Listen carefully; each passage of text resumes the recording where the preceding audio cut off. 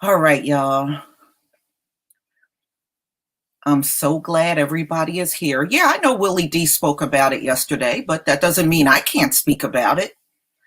So, ladies and gentlemen, I hope everybody is having a wonderful, wonderful day. And we're going to talk about what happened to D.L. Hughley because you know what? This brings up a lot of great points, especially about health. And it just go to show you, it is more critical than ever that we take care of ourselves and we do everything we can to keep ourselves hydrated and healthy, you know? And even he had to admit he wasn't doing the best job in taking care of himself. And that is the worst thing you can do during this time. Because now you have, knocked down your immune system and you have nothing to fight with. So, just because somebody's a celebrity, it doesn't mean they're doing the right thing for themselves. Now, I rarely talk about celebrities, but in this case, because of what happened to him, I think it's a very critical thing for us to have this discussion.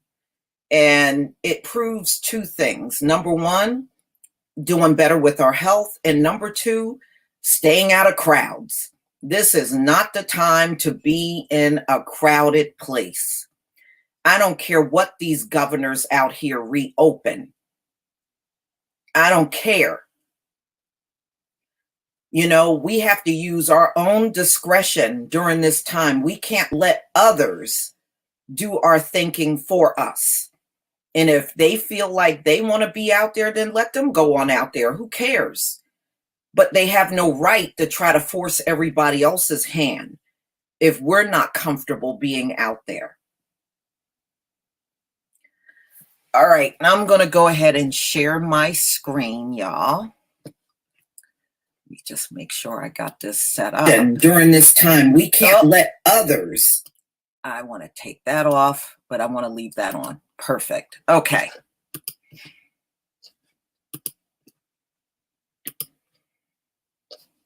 All right, y'all, give me a 1. If you can see my screen, please give me a 1.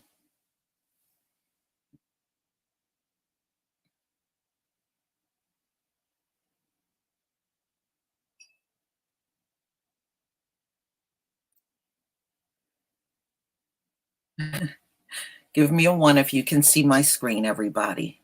And shalom to everybody in the chat. All right.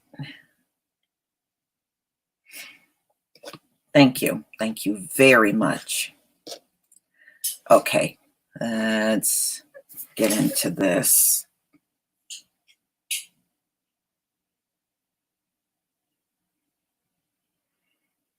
Okay.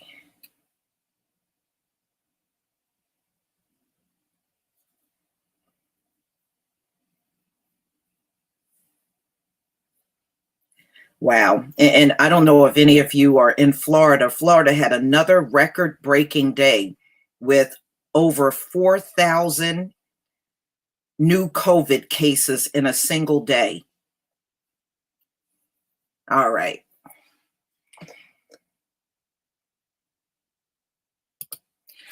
All right. So this is NBC News, which came out with this story June 20th, 2020.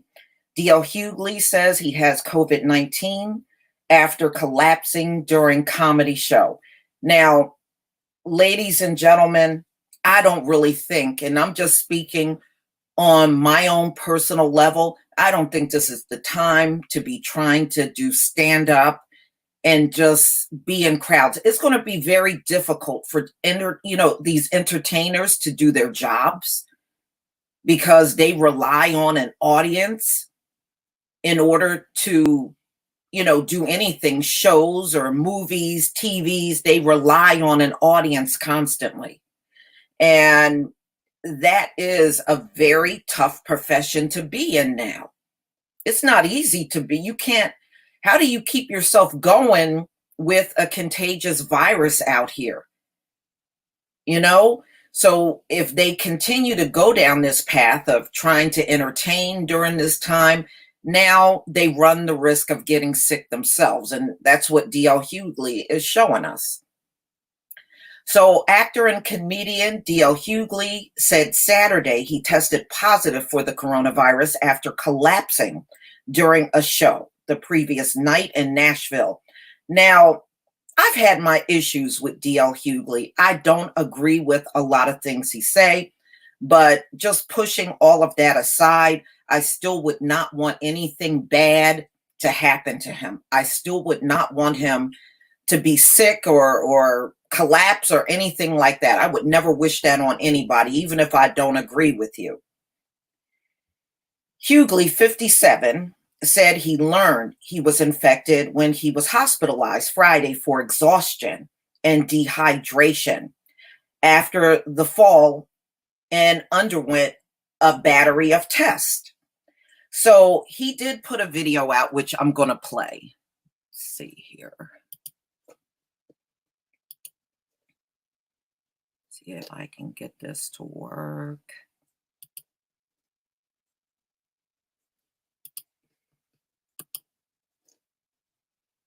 Media could not be played. Okay, come on.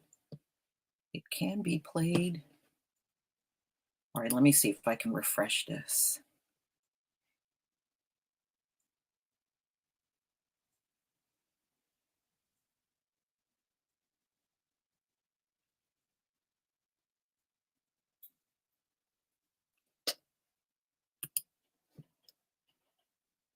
Okay.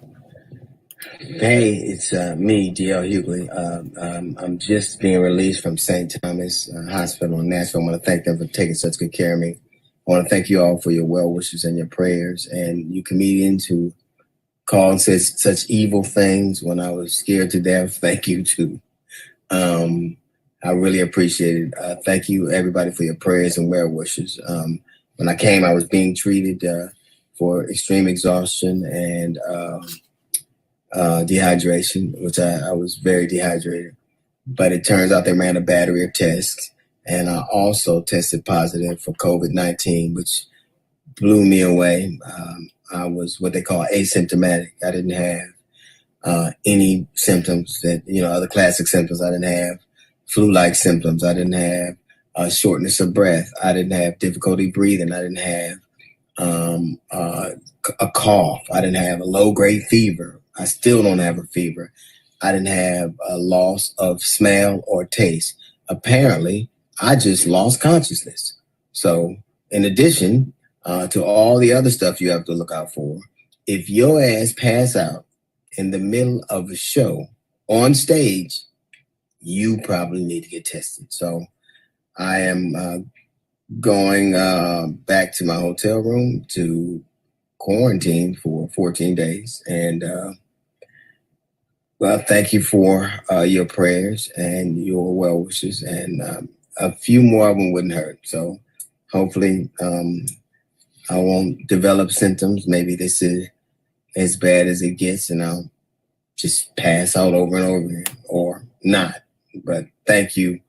I appreciate your thoughts and your prayers, and they did not go unnoticed or unfelt. Thank you. Okay. So, that's another thing. He's in a hotel, and a lot of times they will quarantine the whole hotel, even other people that are staying there, because someone showed up with COVID-19. So, ladies and gentlemen, yeah, he should know better than to be dehydrated. Number one, he does suffer from diabetes. I was reading that in another article. So he should not be dehydrated at all, especially during this time, So I think he might have been dehydrated, but he also knocked down his immune system.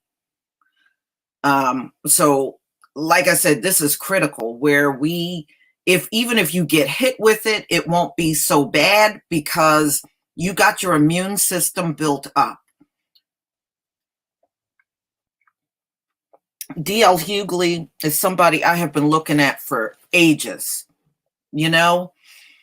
Yeah, well, I mean, he's 57 years old now, so yeah, he does look a lot older, but still he's got to do better for himself and not be dehydrated at all. But I'm glad, it was not so bad that he was hospitalized and have to be put on a ventilator and all that stuff. So at least he's not quite that bad off. Hopefully, after he comes out of quarantine, he'll be a lot better. Yeah, so he said he's asymptomatic, which means anybody that he's been around recently, he has exposed them. So, and see, that's the danger, y'all, and them reopening the economy and people returning back to work, because there's going to always be people that's going to show up on your job and they're not going to have any symptoms, nor will they have any idea they're infecting other people in an office. This is where it becomes very dangerous. And if you become sick, your governor that reopened the state and all these protesters at the Capitol demanding that the states get reopened, they ain't gonna do a damn thing for you when you get sick, because they're all about making money. They could care less who falls down sick in the process, which makes them evil.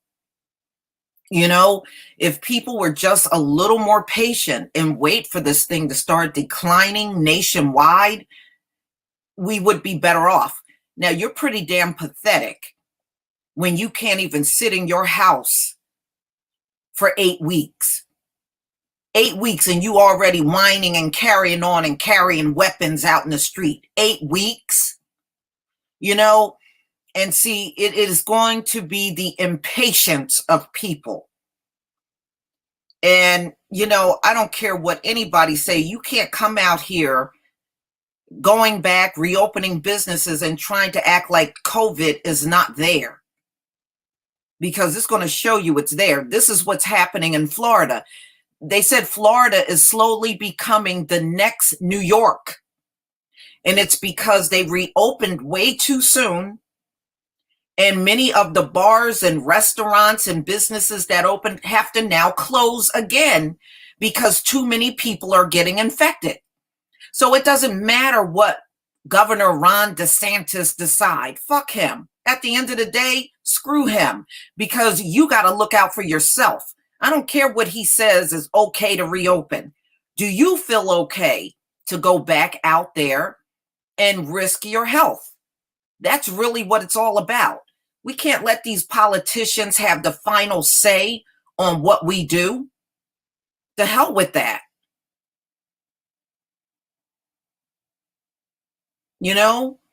And I saw another article today. He's blaming, listen to this, he's blaming the Hispanics in Florida for spreading COVID-19. He just said that recently. So, he's doing the finger pointing thing too.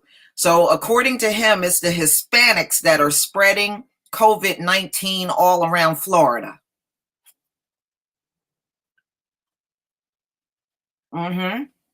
They do. They do refuse to wear masks. And even when I looked at Trump's rally yesterday, you didn't hardly see anyone in that crowd with a mask on. And you can't tell me it was not spreading in that crowd. You can't tell me. See, many are under the impression that taking a temperature is enough. That's not enough. Because, ladies and gentlemen, some asymptomatic people don't have high fevers. They don't have a temperature at all. So taking a temperature is not foolproof. They're trying to make us believe if you take someone's temperature, that's a foolproof thing. You can let them in the building. But if you are asymptomatic, many asymptomatic people don't even show a fever. So that's not a foolproof way to weed out people with COVID-19. But they keep talking as if it is.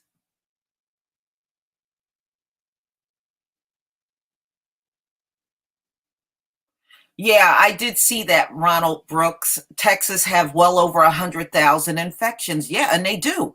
And they are growing in numbers. But see, these places that have these Republican governors, they think they're going to defy COVID-19 and they are going to be defeated by it because of their ignorance. You ain't going to defy this virus that's here. You're full of crap.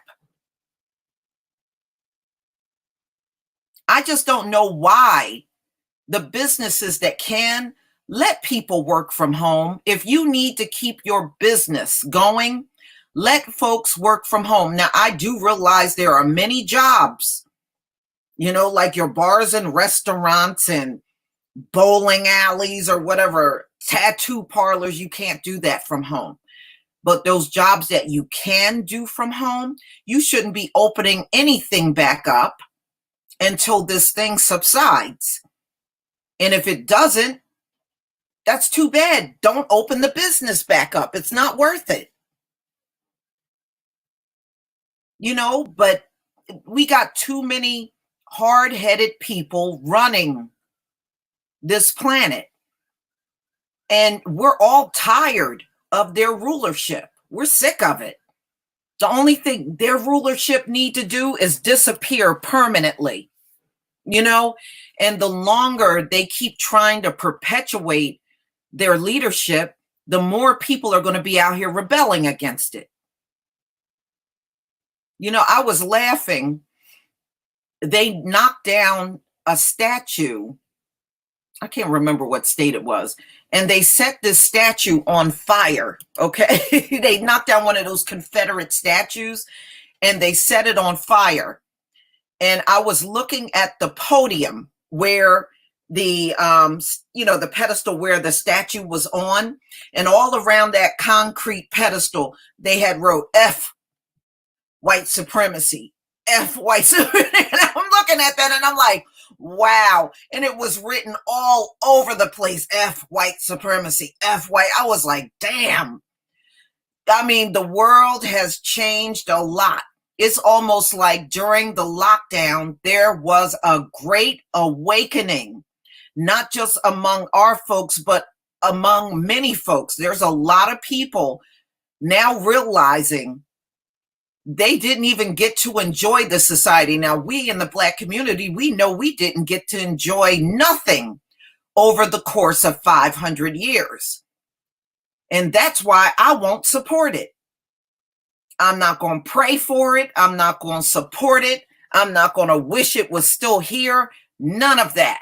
See, if these people would have just treated people halfway decent, you would have had a lot of support for your system.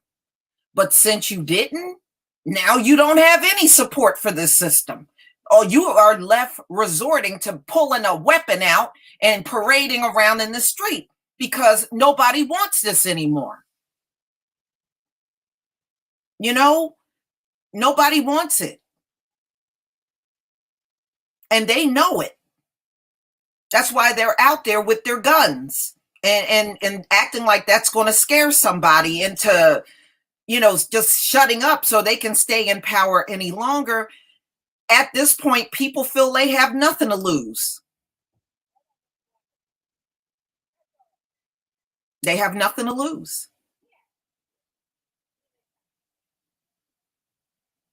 So, like I said, that's on you. But we know this society was just made for one group to enjoy and not for all to enjoy. And a lot of people aren't going to tolerate that anymore. So you're going to have protests, ladies and gentlemen. Like I said, I read an article that said these protests will get worse over time because the longer people are unemployed, the longer people are sitting at home and they don't have anything to do with their time, the more the protests are going to become more violent and more destructive. This protest is mild compared to what's to come. But people are not going to come, just go home and go somewhere and sit down just to satisfy the people. They're not going to do that. So now, hey, they're going to have to just deal with it. Yes, I did see it was Father's Day. I don't celebrate holidays, but salute to all of the fathers, especially the Black fathers that are in your children's lives all the time. And you're doing all that you can to help raise those children. Happy Father's Day to you. And as far as I'm concerned, it should be Mother's Day and Father's Day every year. Mad respect for everybody out there. Well, yeah, I mean, like I said, they said these protests are going to become more and more violent. And look, they already said it's going to be 10 to 12 years before everybody is back to work. We are now at 46 million people unemployed. 46 million. And Trump is at the mic talking about things are better, people are going back to it. No, things are not better. No, they're not. 46 million people unemployed, and you're talking about things are getting better? No, it isn't. You're not making nobody believe that. How are people believing that? They're not.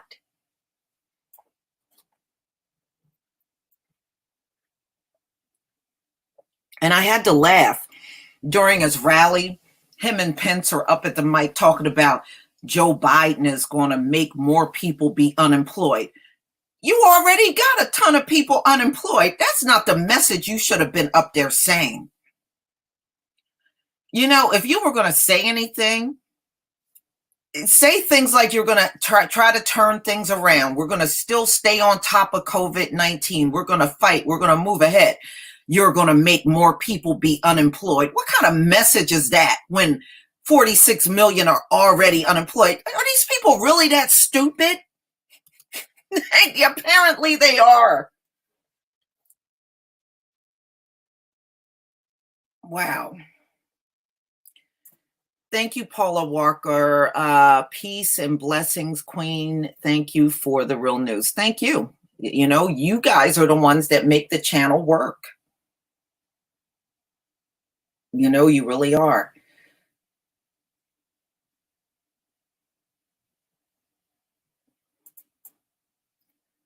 Yeah. They were expecting a large crowd, from what I understand, based on the people that were inquiring about the rally. And I think they had over 1 million people asking about the rally. So based on that, they thought they were going to get these huge crowds, and it just didn't happen. It didn't happen. He didn't have hardly, and Trump is butt sore about crowd size. Look at what happened when he was inaugurated. He was upset that Obama had a bigger crowd than him. So crowd size, that is like a huge thing to him. And then he said, well, people lost momentum. No, people lost their jobs. People lost their livelihoods. Children are not in school anymore, and people can't do the things they used to do. I think, folks are now trying to prioritize things, and going to a rally is just not a priority thing. It just isn't. That's not top priority. Thank you, ATM official. I've been watching since last year. My mother put me on. You've been deserve a super chat from us. Sorry if I don't care that it's $5. Thank you so much. ATM official, that's not important. Thank you. Kanamalawi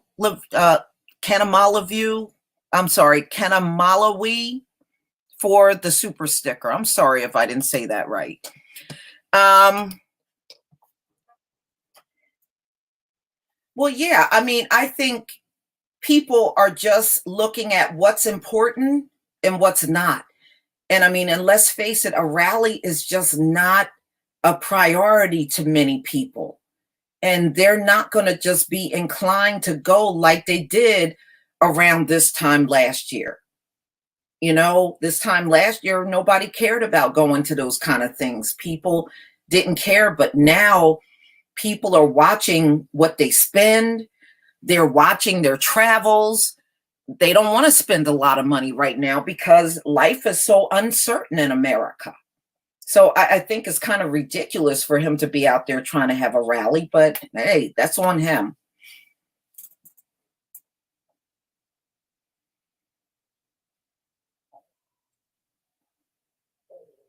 Yeah. Yeah. And, you know, I know they're talking about another stimulus package, but these folks are stingy. They could at least give people something monthly. You know, I think giving people money like a month or two ago, and then you're going to possibly give another stimulus over the summer, that's not enough.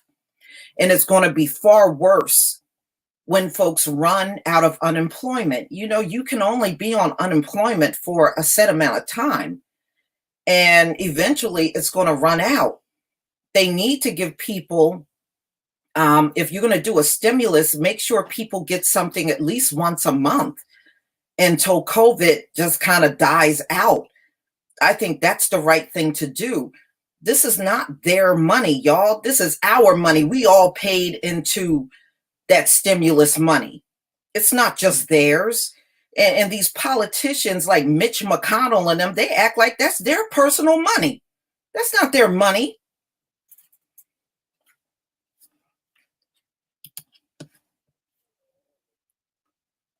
Mm-mm. Boulder Rockets, it don't cover everything. But if that's what they want to give out, they should be giving that out on a monthly basis at least. No, that's not going to cover a lot of people's rent and mortgage, not at all. Right, Cynthia Carr, we do. We need monthly money coming in because you got monthly bills, you know? And that's the way it should be. And they need to up that amount to at least $2,000, if anything. Well, they know how to print money for everything else. So what's the big deal if they have to print money to make sure Americans are able to keep afloat? Either do that or you're going to have a record number of people being evicted from their homes. Good. Tareen, that's good news. They were picketing outside of Mitch McConnell's house. Good. I hope that man couldn't sleep all night. Thank you, X, for the super sticker.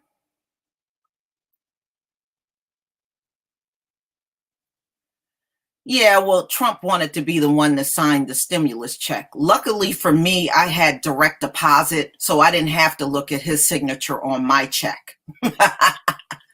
I didn't have to look at that. Thank you, Man Mountain 05, for the super sticker.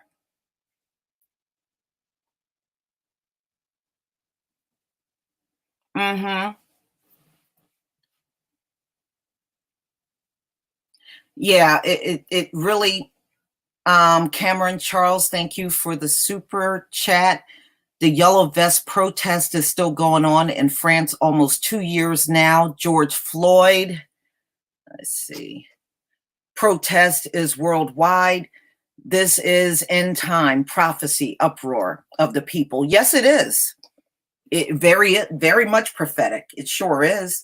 You know, that's why I laugh when I hear Trump and many of the politicians, oh, well, we need to reopen and get the economy going. Like, we're going to get everything back to the way it was. It's not going back, y'all. I don't know what part of that they don't understand. Maybe they want to stay in power so badly, they don't want to comprehend this. But it's going to come to a point where they're not going to have a choice but to accept it. This place is never going back. Never. What you saw pre-COVID is what you will never see again. It's not coming back. I mean, the longer they keep trying to hold out and believe we're going to be back to normal, the harder it's going to be for them to fall, because it's not coming back. I accepted that a long time ago. I knew when COVID hit, it was never going to be the same in America. And it's not. It's not going to be the same a year from now, 2 years.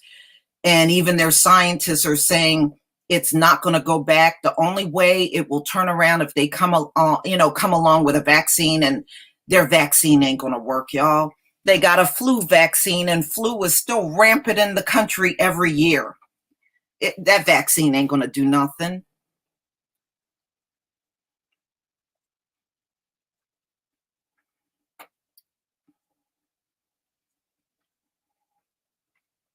Yeah, I mean, they're dreaming if they think this place is going to come back. It's so unrealistic. It's not even funny.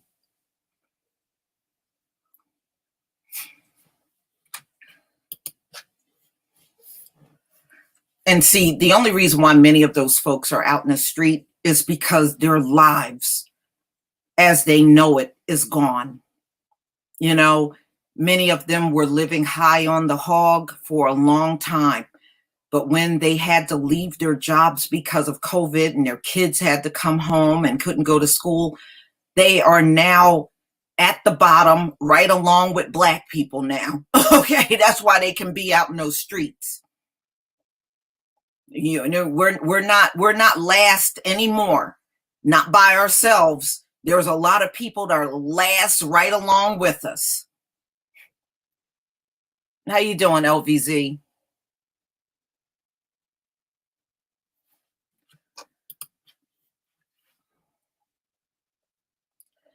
Well, you know, Trump keeps saying it's going to be something by the end of the year or beginning of 2021, but the scientists said it could be 2 years or longer before there's a vaccine. And even with the vaccine, there's no guarantee that COVID is going to disappear. It's going to still be out here, just like you got a flu vaccine and the flu is still out here. Thank you, Eddie X, for the super sticker.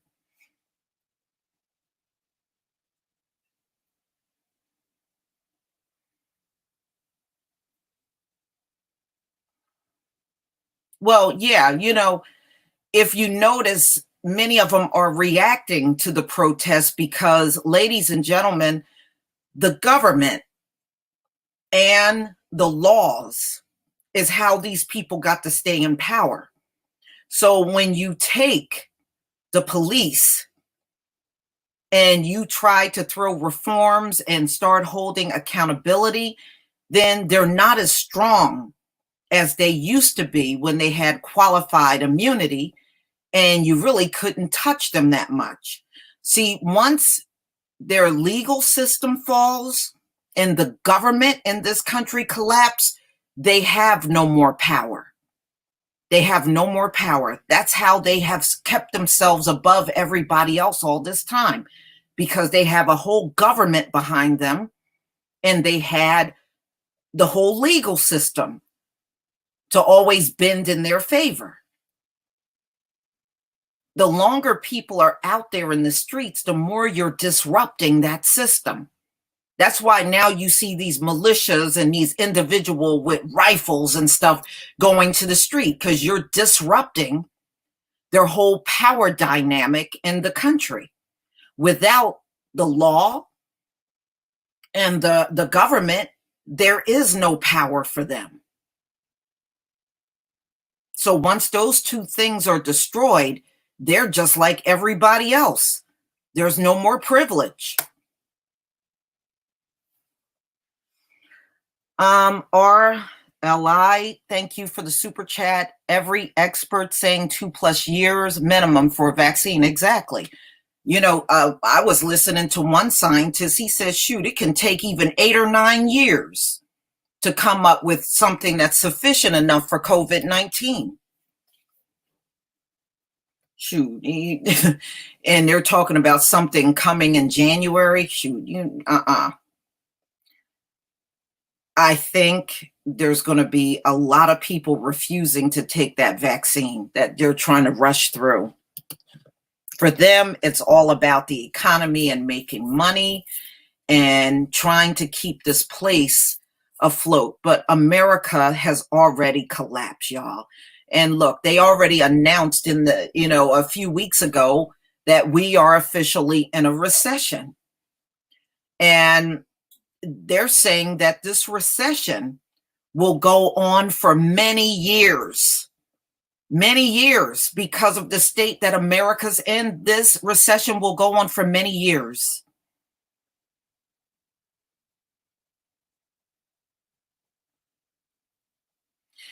Well, Dark Void, cops should have always been held accountable. If you look at other countries do not let the cops have the kind of power that they have here in the US. Nobody does that anywhere on this planet. America is the only place where a cop can damn near be untouchable. And look at how they got the system set up. If you shoot at a cop, they'll try to give you first-degree murder and lock you up for the rest of your life. If not, they try to get you the electric chair, okay? When they shoot us, they try to give them the most smallest possible sentence, manslaughter. That's what they do. They'll give them manslaughter for shooting you if they get in trouble. In many cases, they don't get in trouble. They'll give them manslaughter, but if you pick up a gun and shoot at them, they're going to get you for murder one. You see all the inconsistencies. That's what a lot of people are sick of. Extra for me, but nothing for you. No, that's not going to work anymore. A lot of people are rejecting that.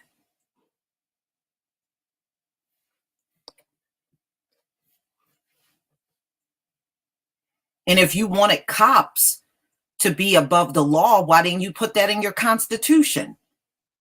You put everything else in there, but you didn't put nothing in there like that for your cops? No, the cops should be subjected to be abiding by the same law that everybody else abides by. They shouldn't be above it. And your cops are reckless. And they're really not doing police work anyway. They're just coming onto the streets every day, terrorizing people. That's what they're doing. And they've been doing that for 500 years. They just come on the streets, come in certain communities, and terrorize the people there. That's not policing. That's not policing at all.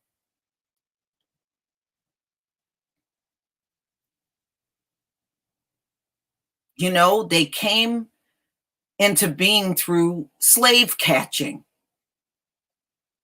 So it came out of something negative. You can't reform this mess into being something positive now.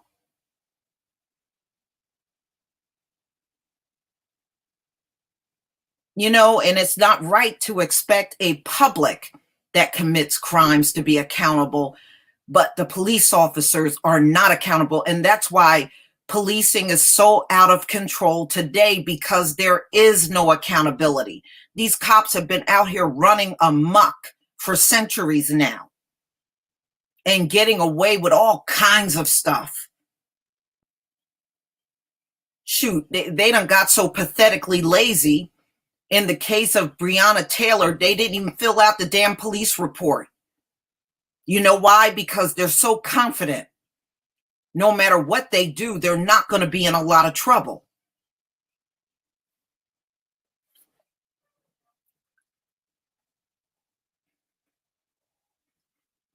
And that's the problem. That's the root cause of why policing is so bad in America.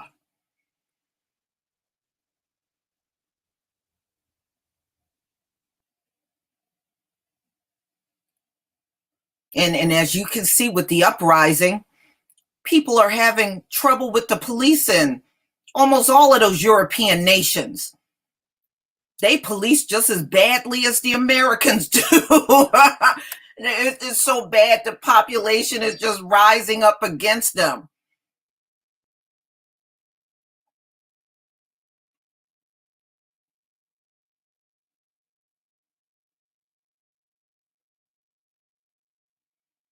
Yeah, but see, you know what their problem is in their rulership? They got this do as I say, not as I do mentality. And y'all, that never works. That never works. If you don't set no example of how things should be, and you expect people to take your verbalized instruction and you don't have to set the example yourself, it never works. It never works. It has never worked before. It's not going to work now. But that's how they want everything to be. Do as I say, not as I do. That doesn't work. It doesn't work. That's why your system is falling apart. That don't work.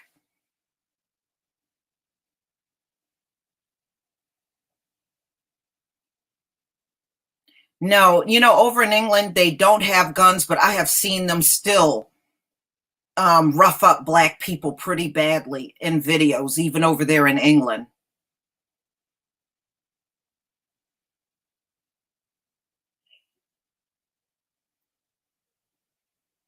Mm-hmm. Well, we shall see what happens. It certainly has been a very interesting year, y'all. And I've been reading some of the comments. Ooh, these people that once thought they were untouchable, you should see the crocodile tears they are crying now over 2020 is a horrible year. Oh, it's terrible. Really? Well, 500 years have been horrible for us. So if you're just feeling bad for 1 year, you still got it good as far as I'm concerned.